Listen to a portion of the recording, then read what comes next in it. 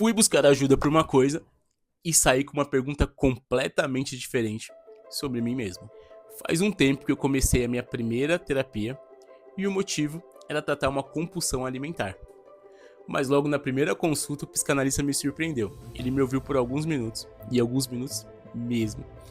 E aí ele disse assim, Well, antes da gente continuar, eu vou precisar te encaminhar para um psiquiatra e um neuropsicólogo. E ele não foi vago, inclusive ele apostou alto. Ele disse que existe uma chance real de eu ter algum tipo de neurodivergência. Seja um TDAH, um autismo, altas habilidades ou a combinação disso tudo. E aí, né, na hora que sou super questionador, eu perguntei. Eu falei, mas por quê? Com só alguns minutos de conversa, né?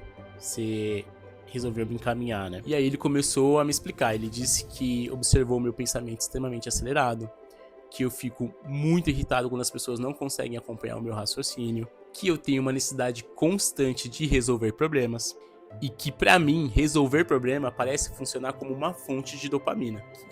E aí ele disse que parece que assim, que quanto mais complexo o desafio, mais energia eu sinto. Só que tem o outro lado disso, porque eu acabo fazendo muitas coisas ao mesmo tempo e por diversos dias eu chego ao final do dia com um completo esgotamento mental.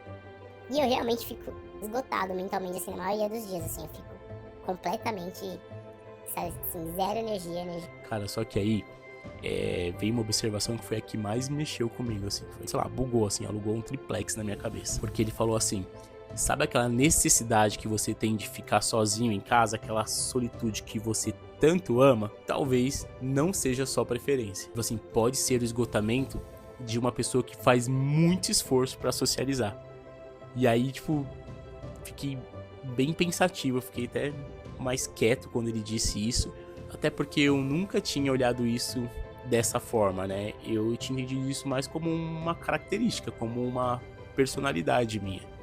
E talvez realmente não seja. E eu sempre me achei uma pessoa muito extrovertida, porque assim, se tiver 10 rodinhas aqui, eu vou permear ali pelas 10, eu vou passear pelas 10 rodinhas e eu vou ter assunto em todas as rodinhas pra conversar, né? E sempre quando eu saio, eu chego em casa extremamente esgotado. Quando eu viajo, que eu fico muitos dias fora, eu chego em casa exatamente esgotado. E aí eu percebi, falei, cara, realmente eu faço muito esforço pra socializar. Mas enfim, tem muito pano pra manga ainda, eu ainda tô tentando entender tudo isso, estou buscando, né, as ajudas necessárias, mas eu decidi que eu não ia passar por isso sozinho, que eu ia compartilhar isso aqui com vocês, pra gente ir desvendando isso ali.